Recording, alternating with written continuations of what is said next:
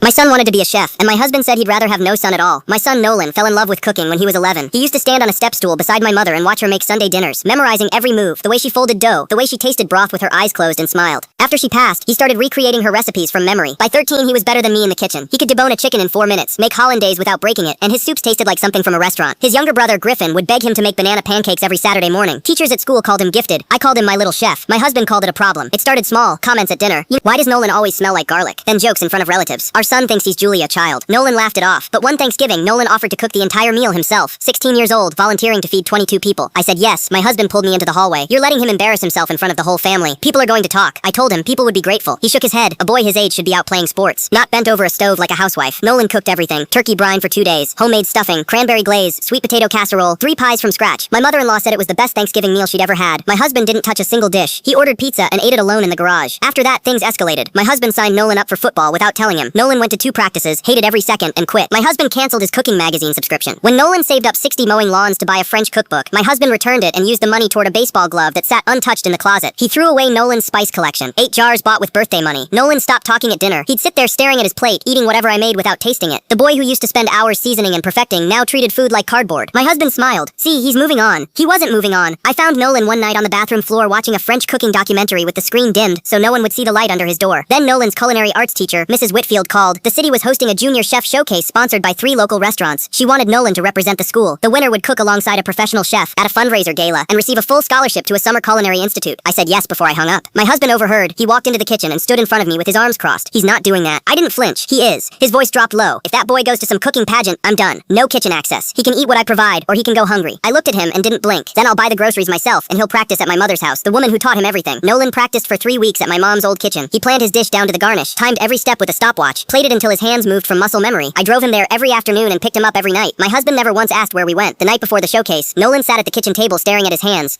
What if Dad's right? What if people laugh at me? I sat across from him. Nolan, your grandmother would have given anything to see you cook like this. Don't let anyone take that from you. Showcase day, 12 students from 7 schools. Nolan made seared duck breast with a cherry reduction, roasted root vegetables with thyme butter, and a lavender creme brulee. His hands never shook. The judges deliberated for 40 minutes. When they called the winner, Nolan's name came first. First place, the head chef of Bellamy's, the highest rated restaurant in the city, shook his hand and said into the microphone, "This kid has more natural instinct than half the line cooks in my kitchen." The room stood. His principal nominated him for a regional culinary scholarship. 4 classmates asked him to teach them his creme brulee. My husband saw the trophy that night. He didn't comment, didn't congratulate, but the following Saturday I came downstairs and found him sitting at the kitchen counter while Nolan made banana pancakes, watching quietly in the same spot Griffin always sat.